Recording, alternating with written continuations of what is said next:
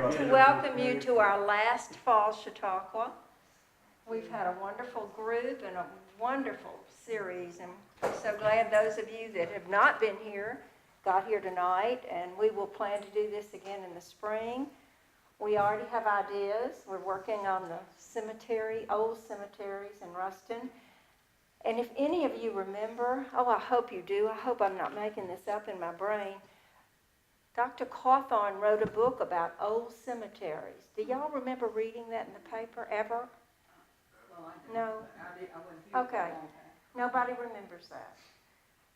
Maybe he started the book, and maybe he just wanted to do it. But anyway, Patricia Flournoy is interested in that. And I had numbers of Eleanor. Of course, I'm sure she's in heaven, but I had also Elizabeth underneath it, so I dialed that number this afternoon, and I did get an answering machine, so if she calls back, I'll be able to ask her. I'd like to tell you just a few things about the Chautauqua before I introduce Wesley. For those people who could not get to the Chautauqua, or for those who desired a continuation of the summer assembly, after leaving the grounds, the Chautauqua Literary and Scientific Circle was established. The Chautauqua Circle was considered the first book club in history in the United States. Correspondence courses were also offered. There was a 4-year course of study in history, literature, and science, as well as the chief civilizations of the world. The response to this circle was overwhelming among people in more isolated regions of the country. So, who would ever think the first book club was established through the Chautauqua? I thought that was a real interesting tidbit. Tonight we're going to have Wesley Harris talking about Highway 80 and the history of Highway 80. I cannot give you enough praise about this man. He shows up at the museum just in the nick of time when I need him to hang farm equipment or whatever I'm doing upstairs. So I'm so tickled that he's interested enough to present and give you a program tonight on Highway 80. He is a tech graduate. He's also a graduate of other universities. Wesley, you want to share that with him when you get up here? I know he's always going to school because he's leaving here to go take tests. Just amazing. But anyway, Wesley, I'm going to turn it over to you. Before I do, I know some of you are planning to go to the Dixie.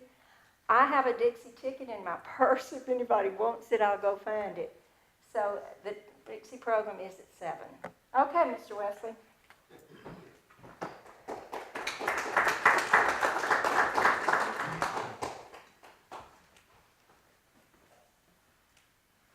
Thank y'all.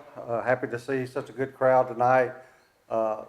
This is a topic that you may wonder, why in the world are we talking about Highway 80? In some of our previous Chautauqua lectures, we talked about the wire road and how important it was in settling North Louisiana, and then we've also talked about the railroad coming through, how Ruston and other Lincoln Parish communities would not even exist if it wasn't for that railroad. Because many of the communities in North Louisiana that were bypassed by the railroad basically dried up and disappeared. Well, equally important later on was the establishment of a real highway across North Louisiana. Highway 80 is the only highway to extend from coast to coast. It goes from Savannah, Georgia, on the Atlantic coast, all the way to San Diego, California. It actually goes further than coast to coast because it goes off the Atlantic coast, off to Tybee Island. So it's really a true coast-to-coast highway, the only one that the United States has ever had. What I want to talk to you about tonight is just a little bit about how important Highway 80 has been to America and North Louisiana and to Ruston and Lincoln Parish in particular. Now, what is the most famous highway in America? 66. Everybody agrees. Why? They had a TV show and they had a song. Highway 80 does not have a TV show and never had a song. So it's kind of been neglected as far as history. My interest in Highway 80 began when I met a man named Lee Estes from Monroe. He was a world-renowned photographer. He put together a book about North Louisiana in photographs that he had taken over the course of 30 or 40 years, called Fading Textures.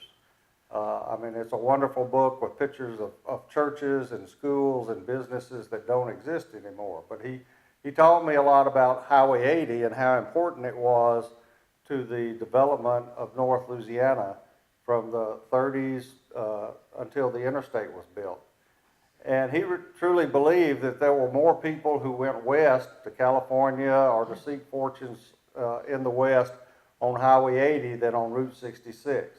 He thought it was a much more important highway in the economic development of the United States, for tourism, that it was way more significant in the development of this country than Route 66 was. Of course, like we said, Route 66 had a TV show, it had a song. It also linked two major media markets, Chicago and Los Angeles. So it was popularized by the media much more than Highway 80 was. But there were efforts in the 30s, 40s, 50s, and 60s to promote Highway 80, and we'll talk about that in the local connection. But you can see that it went through some major cities: Columbus, Georgia; Montgomery, Alabama; Jackson, Mississippi; Dallas and Fort Worth, and then through the deserts of the Southwest and ended in San Diego. It crossed deserts and it crossed swamps. When you got out into Southern California and Southern Arizona, a lot of that land that the highway was on was shifting sand. So they built the roads out of planks. And obviously that didn't work very well, but it was better than trying to drive in the sand. Initially, what we now think of as Highway 80 wasn't a true federal highway like we know today. In the late 1920s, there was an effort by some officials in San Diego to establish a coast-to-coast highway. So what they did was go from city to city across the South, trying to get counties and cities to develop their roads to the point that all of those could be connected to make one highway. But it was not a federal highway at that point. It was just a series of communities getting together to try to connect their local roads to make a thoroughfare to the other states. That's very similar to what happened with the Lincoln Highway. You may have heard of that. And the Jefferson Highway. The Jefferson Highway went from Minnesota to New Orleans, coming down through Shreveport and Natchitoches.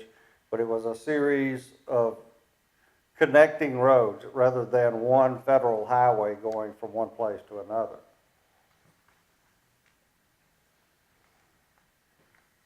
There were early travel guides because, you know, there was no federal signage that says US 80 going down the highway, so they would create these travel guides to tell you how far it is to the next turn or the next town.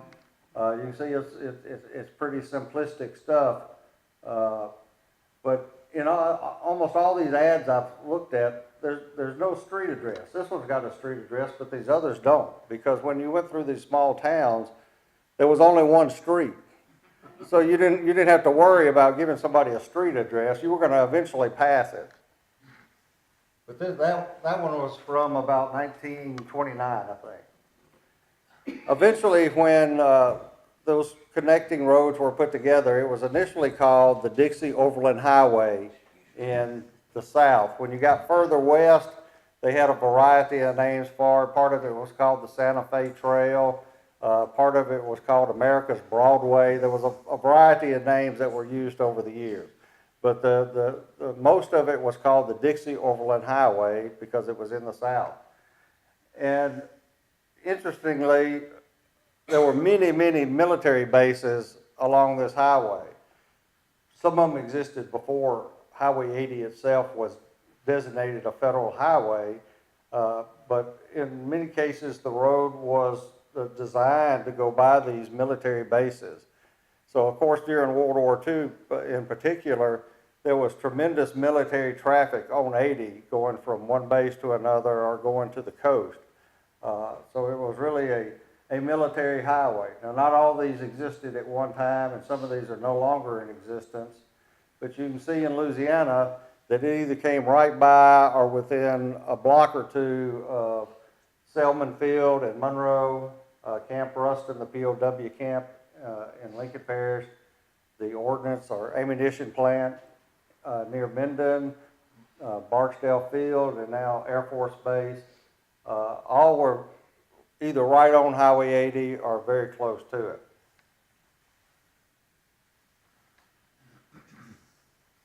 These are just a couple of highlights of some major historical events that have taken place on Highway 80. You have probably heard of the Selma to Montgomery marches in the 60s with Martin Luther King and other civil rights leaders. That was on Highway 80, from Selma to Montgomery.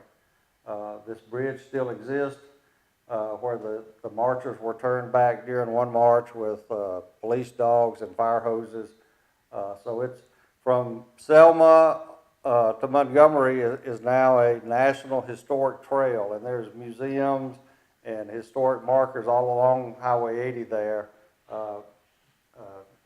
noting some of those civil rights events.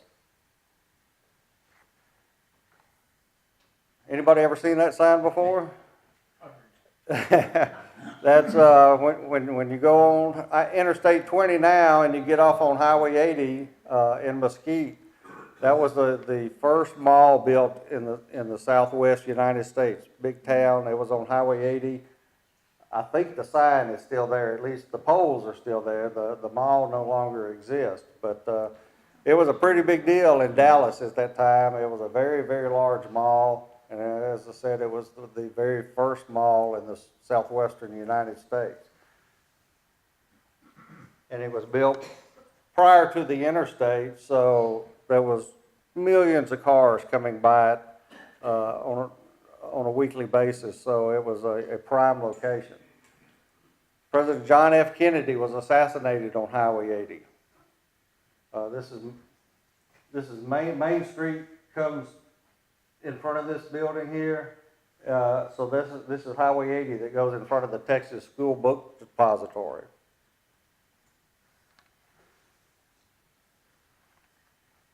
Y'all have heard of the gunfight at the OK Corral? Obviously, Highway 80 did not exist then.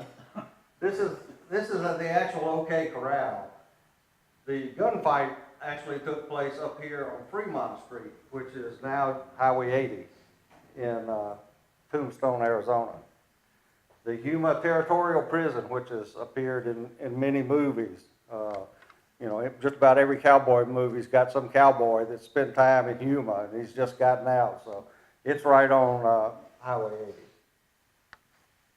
This is the Arizona State Capitol, and you can see the signs here. It faces Highway 80. Of course, it was built before the interstate, so it was built because of that prime location. This is Highway 80 today, or at least a part of it that's been abandoned. Not all of Highway 80 is on the same original roadbed on which it was built.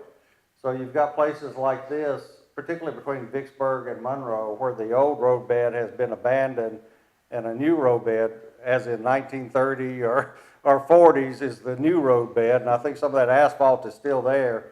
But you can see at one time it was not very wide. And you had to be careful passing oncoming traffic because it was not a very wide road. But there are places where in those communities it's called the old Highway 80 still exists. This is just some scenes from around Louisiana. If you go to just about any city that has Highway 80 coming through it, the bulk of its motels, banks, gas stations, pharmacies, movie theaters, colleges are on Highway 80. You know, ULM in Monroe is on Highway 80. Tech we don't think of it really as being on Highway 80, but the entrance, the official entrance was on Highway 80 at one time. Grambling is just a little ways off of Highway 80. And this sign, which I remember from the early 60s when I was a kid, is still on Highway 80 at Grambling Junction. And it used to say Grambling College on it. But that sign, I know, has been there at least 50 years. This is just a typical motel that you would have found all across Highway 80, coast to coast. The Joy Theater in Delhi, just about all these little towns that are on Highway 80 still have a abandoned movie theater. Ruston is one of the few places that has restored its movie theater that was on Highway 80. And when we talk about Ruston and Highway 80, remember that when you get downtown, you're both on 80 and 167, the way it zigzags through town. So everything downtown is actually on 80 and 167. This is just a sampling of some of the towns on Highway 80 and how, when the interstate came through, it really destroyed a lot of local businesses. You know, the newer businesses in every community, whether it's here in Tallulah or Ruston or wherever, have migrated closer to the interstate. Y'all can remember back in the late 60s and the 70s when we had shopping centers built on the south side of town that are pretty much gone now, and that those businesses have migrated further north, closer to the interstate. This is the old Coca-Cola bottling company in Tallulah. It's a really beautiful building that's abandoned, and then there's some that aren't so beautiful on Highway 80. But this is an interesting building in Tallulah. It's Bloom's Arcade. It is, some people consider it the first indoor mall built in America, in Tallulah. You know, you may think, why Tallulah? But there was a movie theater on the left, and then here on the right, and this is a picture of the interior. These were different shops inside the mall. It has been recently renovated into apartments, so the mall section is still in operation. The movie theater is not, but it is a well-known architectural feature as an early mall. It's got some wonderful Art Deco architecture. Another thing about Tallulah, this little airport here on Highway 80 in Tallulah is the location where Delta Airlines got its start. Most people don't know that Delta started as a crop dusting firm. And that's one of their planes there on the left, and it's in the Smithsonian Institution in Washington. But recently the airport was restored, but obviously Highway 80 had a huge significant impact on the American and world economy by starting this airline. This is just one of the many gas stations. This one happens to be in Simsboro, and I don't know anything about the building itself, but even today, gas stations that were built in the 30s and 40s still exist along Highway 80 across the nation and across North Louisiana. And most of them are abandoned, just sitting there. If you ride Route 66, you'll find many of their gas stations have been restored. And that's one of the big differences between 66 and 80 is the efforts that have been made to try to restore and revitalize that highway. Very little of that has been done on Highway 80, but if you go along Highway 66, you'll find little motels that have been restored and that are open for business. Most of the gas stations that have been restored are not gas stations, but they're souvenir shops or gift shops and so forth. This is an Arcadia gas station. From the color, I would say that's probably a city service gas station. But you can see, it was probably closed about the time those cars were operational, so it's been sitting there a very long time. But you can tell that service stations today are not built like they were back then. I mean, that's a pretty solid building. You know, today they're all made out of tin and plastic and so forth. But and this is another movie theater, of course, closed in Arcadia. This is the Joy Theater.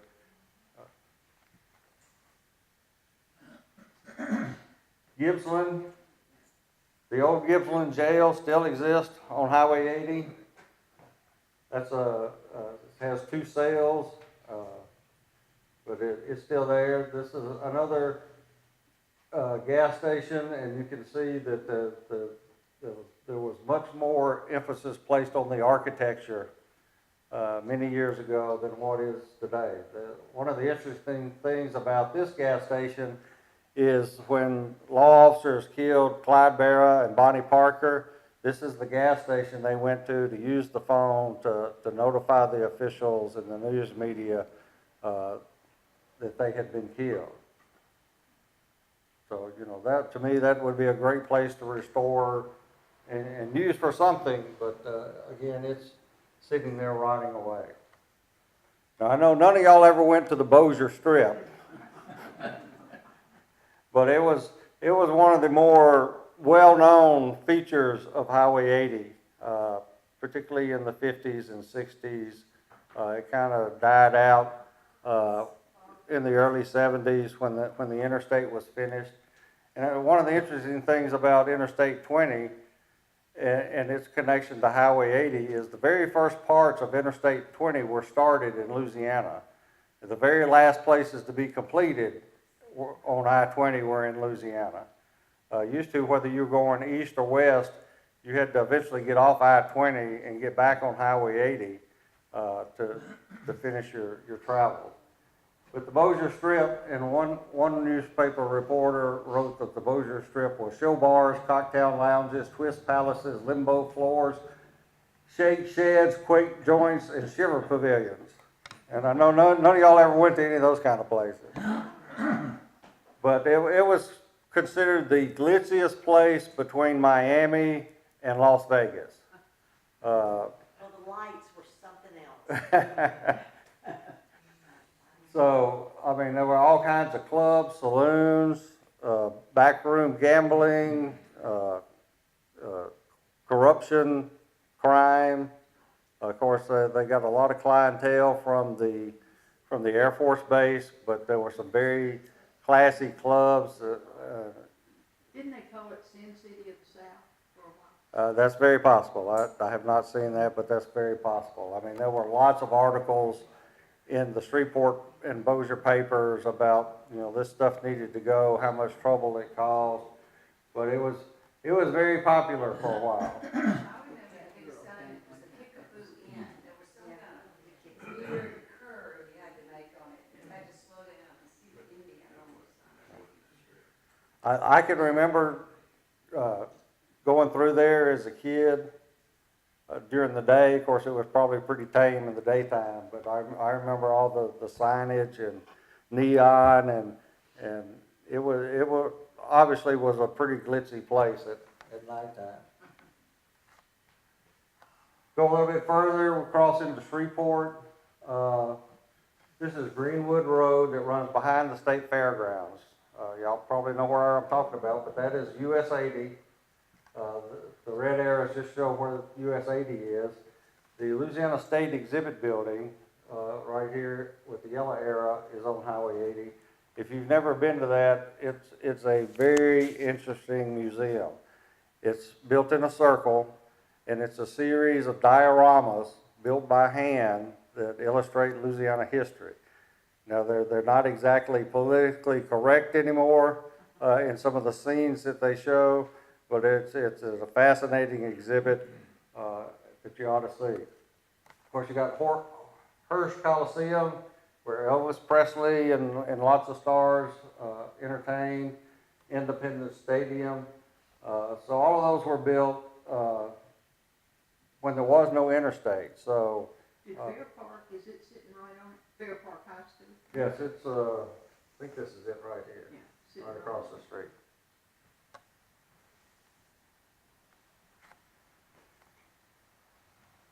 Okay, this is an article from the Ruston Daily Leader in July 1964. And some of y'all may have known this gentleman, W.W. Durden Sr. The local Chamber of Commerce in Ruston decided that they wanted to do more to promote Highway 80. This is long before the interstate was completed. But he really started the idea of creating a Highway 80 association to promote Highway 80 across the nation. And eventually he was elected president of that association. So at one point in time, the Highway 80 Association from Georgia to California was headquartered here in Ruston. And their job was to promote the use of Highway 80 in whatever way they can. So one of the things that Mr. Durden came up with was this slogan, Americans all-weather highway coast to coast. And their argument was you can go Highway 80 from coast to coast and you don't have to worry about the snow and you don't have to worry about the ice and you don't have to worry about the fog that you have in the northern cities, both on the East Coast and the West Coast. So the best way, if you're going to travel across the continent, is Highway 80. So they promoted it as the best highway weather-wise to go across the country. And further on down here, the route which became Highway 80 was pointed out earlier. This would have been in the 19-teens, early 20s, by President Woodrow Wilson as the only transcontinental route which escaped both the fogs of the coast and the annual snow and ice of northern and midwestern winters. So that was really the basis of their promotion. I wish that there was literature and documents to show us more about what exactly they did. I know they had a conference one year in Ruston, and you had representatives from all these states, Georgia, California, Arizona, Texas, coming to Ruston to meet to talk about how to further promote Highway 80. So, you know, not only did Highway 80 come through Ruston, but Ruston played a significant role in promoting the entire highway. This is an awful picture, and I apologize for it, but it's the only one that I've been able to find. Everybody know what that is? Is there anybody that never ate at the post office cafe? How did you miss that? That's really the only. Oh, never ate there. Oh, Never, ate never. there. Oh, okay, yeah. So I guess the out-of-towners, the only one of us that had never ate there. It was a fascinating place to me. And like I said earlier, it's on 167, but that's also Highway 82. So it is a Highway 80 landmark. I wish it was still there too, but I remember going in there and you had the little jukebox things on the wall so you could play the jukebox, which was across the hall. Yeah, you could play it from your table, but my dad would never give me a quarter to play it.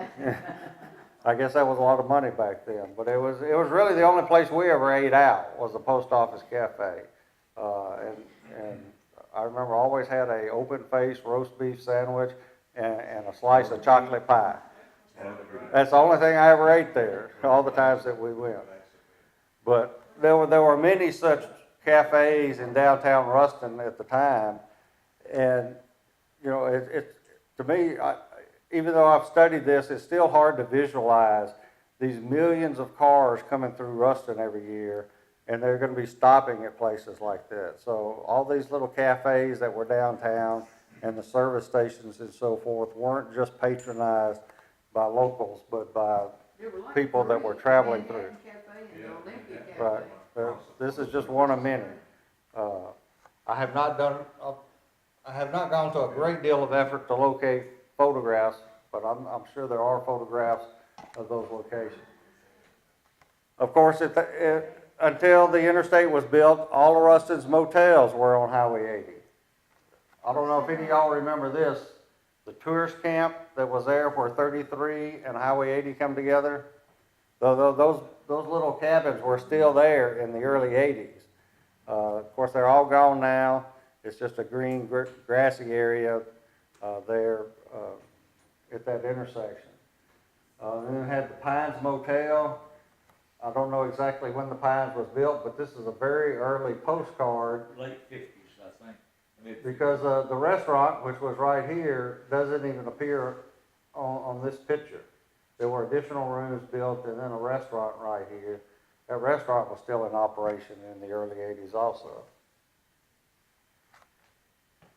When I worked for the police department back probably about the mid-80s, a guy flagged me down one day when I was on patrol and said, I'm trying to find a motel that I stayed in when the wife and I were on our honeymoon.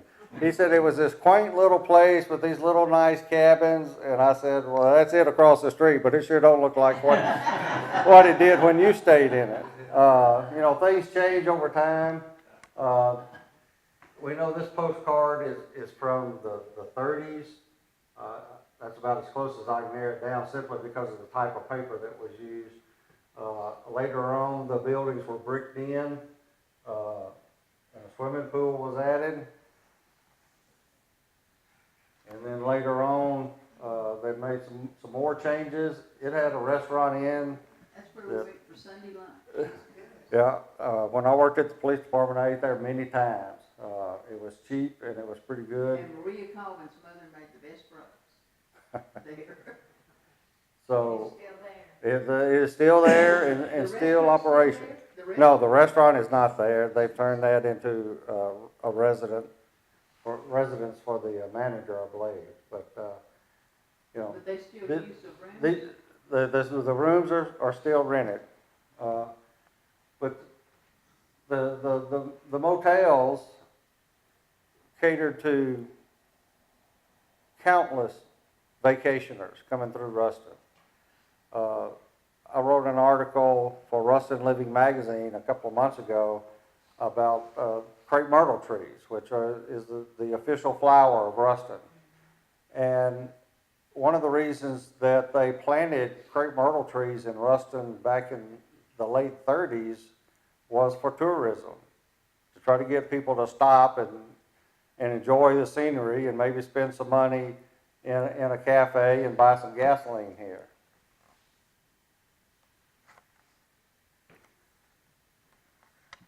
All right, can y'all tell where we're at here? This is Diana Street. This is the current courthouse. So you got the railroad tracks right here. This is what used to be counterculture. Now it's uptown, downtown, I think is what they call it. But at the time of this photograph, It was Ogden's mobile station. And the next one was Joe I was able to get a Dr. Pepper or a 7-Up every time we stopped there for gas. It was one of the places where you could buy things on credit. They'd keep a little tab, and then at payday, you came back and paid off your bills. But the interesting thing about this photograph is there's 4 service stations and your daddy's. in view. Mobile station, Conoco station, Texaco station up here on the hill of Arizona, and a Gulf station. LP had to go, but who had the mobile station? Ogden's were the mobile stations. So this is just 4 of at least 7 service stations that I know were downtown when I was a kid. one up by the Dixie. There was one by the Dixie, the little grassy area, the And Miss garden by the Dixie, that was a service There was station. also one by the post office cafe. Yeah, so, well, there was one On the corner. Across the street. on Catacorner from the Dixie, there was one. That building has been torn down. And then there was one, the next block over on Trenton and Georgia, right there across from City Hall. That's where the smoke, cigarette place. Right. It's a tobacco shop now, but I remember as a kid that unfortunately we still had some degree of segregation because on the side of that service station, which was still in operation when I was a kid, there was 3 restrooms. It said men, women, and colored. Of course, we don't deal with that anymore. But to me, just imagining 7 service stations downtown between Georgia and Arizona, at least 7, there may have been more than that, but that's the only ones I've identified, when there's none downtown now. You know, it just gives you an idea of how much traffic there was coming through Ruston on Highway 80 and 167 to support that many gas stations.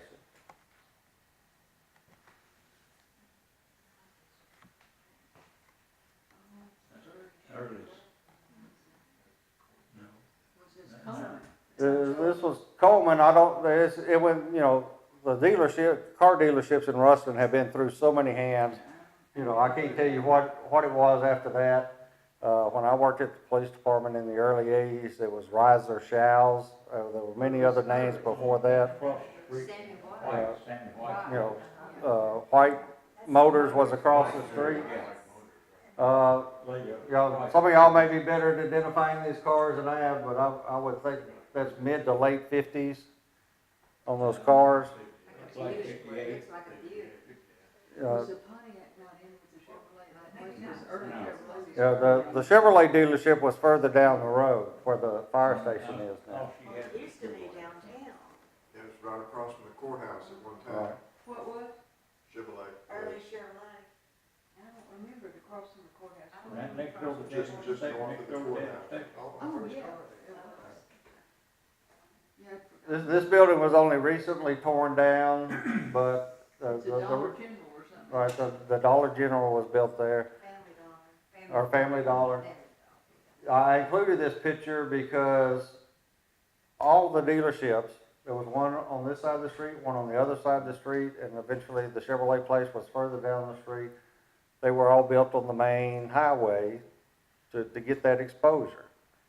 Just like what we're seeing now, where if you're gonna build a building that needs lots of customer traffic, you build it on the interstate. This is a picture of Trenton Street. The railroad tracks are right here. So this is the old Cut Drug. Bus station is over here. And notice the two-way traffic. You have two-way traffic on Vienna and on Trenton. So that's, when you turned on Highway 80 at California or Georgia, that had to be a lot of fun trying to. Doesn't it look wider than it really is, but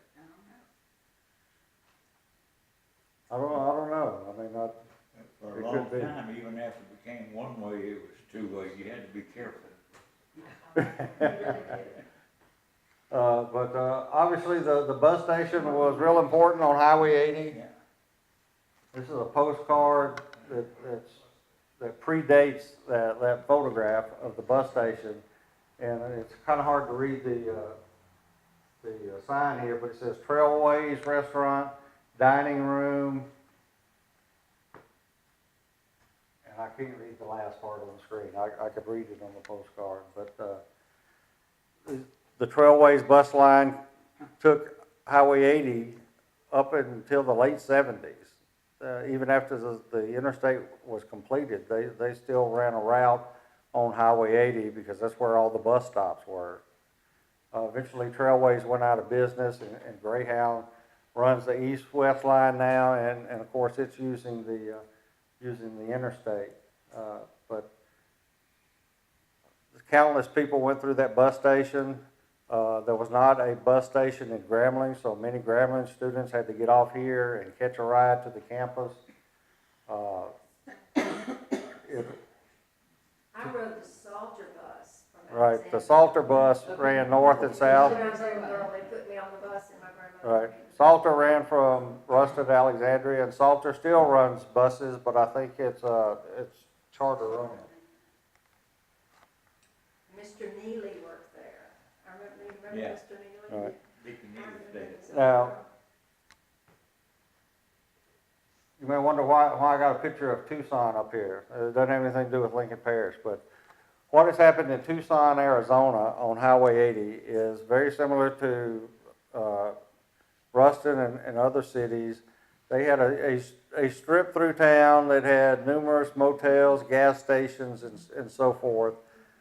They have decided to restore that area and they have taken places like the Tucson Inn here and restored those buildings and opened them up. Some of them as motels, some of them as other businesses, but they're making a very concerted effort to save the history of Highway 80 in their city and try to do something to revitalize that area. Because if you look at Highway 80 in some of these cities it goes through, like Jackson, Mississippi, Dallas, Texas, a lot of those areas that were once serviced by Highway 80 are very run down, neglected, high crime rates, and at least one place is making an effort to restore that. So they've got about 2 miles of Highway 80 that has about 20 1930s to 1950s motels on them, and they're restoring those properties and making an effort to try to use that as a tourist attraction. They call it the Miracle Mile. They have a driving tour where you can see many of those buildings and some of the things that they have done to bring tourism into their community rather than people just passing through on the interstate. Another place that has is working in a similar vein is Jackson, Mississippi. They've got some areas that on Highway 80 that are very run down, and they're working on trying to clean those areas up and to make some of those buildings usable again to try to build up those neighborhoods. What are we doing in Louisiana? Not a whole lot. As I said, the Tallulah Airport has been restored, the Dixie Theater in Ruston, and some other locations across North Louisiana. Another thing that has been done is this trail is part of the Trails and Byways program in Louisiana.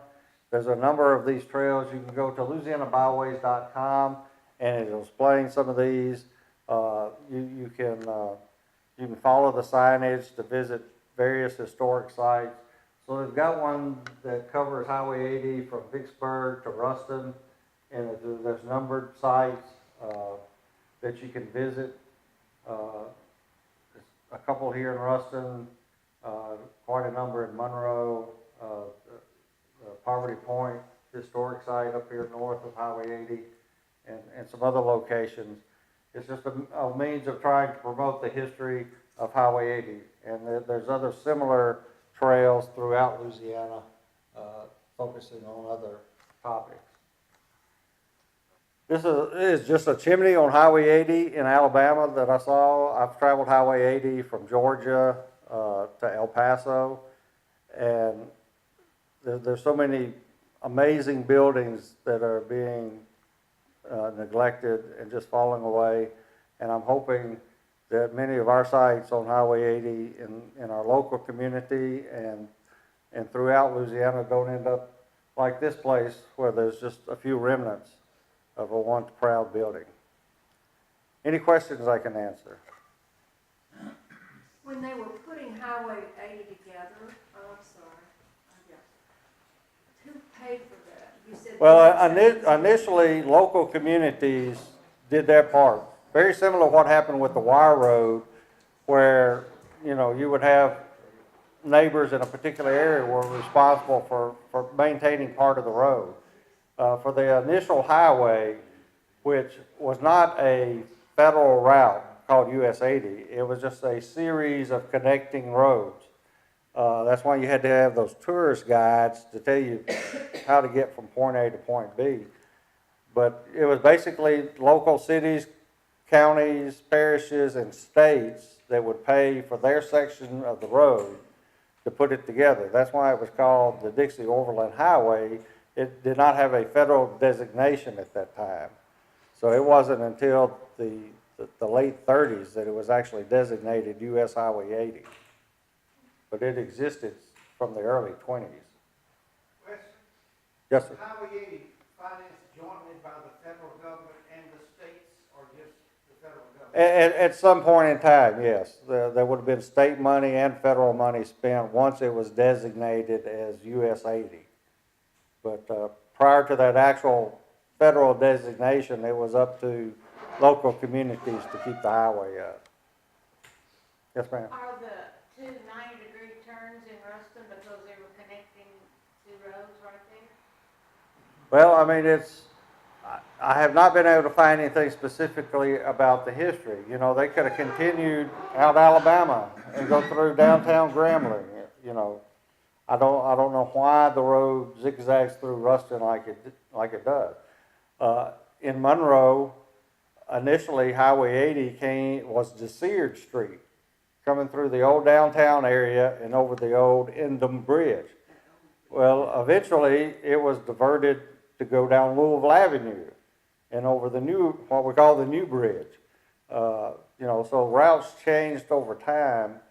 You know, I really can't answer your question about why the zigzag, but I would think those guys from Ruston that were part of that Highway 80 Association had a role in that in making sure that highway came through the downtown area. Because if it went around the city, you know, you lose a lot of the economic benefit of patronizing those gas stations and cafes and so forth downtown. I forgot to mention earlier, the drive-in, of course, was on Highway 80, west of town. I always thought it was fascinating, and before I-20, if you were going through Shreveport, Highway 80 almost appeared to dead end Right. at the Methodist church there, and it makes no sense. Yeah, I mean, even up until the late 70s, and I don't remember exactly when Interstate 20 was completed, but I remember if you're going east, you had to get off around Start or Delhi or somewhere and get back on Highway 80. And there was this great big sign on Highway 80 where you exited the interstate telling how many hundreds of people had been killed in that stretch of road between there and Vicksburg because of I mean, it was just bumper to bumper traffic on Highway 80 because Interstate 20 had been opened up from Georgia to El Paso. So I-20 was seeing a huge amount of traffic, but then there was a bottleneck when you had to get off and get on Highway 80 because they had not finished the road. Same way when you were going to Shreveport, you had to get off the interstate at the ammunition plant and get back on Highway 80 to go into Bossier and then into Shreveport. I don't know how many people remember J.B. Halsted, but I know you did. But I remember as a kid, he drove nearly coast to coast with his oil stuff, and he said the strip from Ruston to Vicksburg was the most dangerous strip Right. that he drove, even when he went all the way to Georgia and Right. stuff. Like I said, they literally had a billboard on the side of the road saying, "Be careful, this many hundred people have been killed this year They called on it this the trip." Killer 80. I remember going to Florida, my mother would drive and they'd say, be so careful on Highway 80, because we'd go to Florida going that way. Well, you couldn't pass for one thing. Right. That was part of the problem. Is the old Highway 80 bridge still open at Vicksburg, or has it been? No, it is not open to vehicle traffic. It's still used by the railroad. Yes, it's still there and it's still used by the railroad, but it's not open to vehicles. But the railroad is underneath or on top, I don't know which way it is, but it's one or the other. I can't recall right off. But the bridge is still there and it is still maintained. I remember Mother married Dr. Thomas, and he went to Georgia, and she did too. But would get caught in those marches, and it would just be awful. She'd have to pull over and wait hours. I wasn't with her, I was in tech, but that's the story. So I think it was and it was a real narrow road. All right. We used to drive it from Ruston to Douglas, Arizona. I saw it dip down there. No air conditioning. Many stops All right. for Coca-Cola. Any other questions? Let me throw in a quick advertisement. I've got some of my Ruston postcard books, if anybody's interested. It's got 100 postcards of Ruston, many of them are downtown area. And I put out a book back in the late 90s on John Sizemore, who was a police chief in Ruston, also a deputy U.S. Marshal. We're fixing to re-release that book. It's going to have a new cover. This is the cover. We're also going to have it on Kindle. It's not quite ready yet, but it's a new edition, so to speak, of the book, and so it'll be out shortly. Thank you all so much for coming tonight. I hope I told you something you didn't know. I know all of y'all know a lot a lot about Highway 80 because you grew up around it, but thanks for coming tonight. Thank you, Wes. Thank you. How much are your postcard books? I'm sorry, How much are your postcards? 15. Can you take a check? Yes, Okay. Thank you, Wesley. thank you. What? And remember your ideas, give us ideas for the spring. You're out. Will you write one? Yeah. The postcards. You gotta sing your song.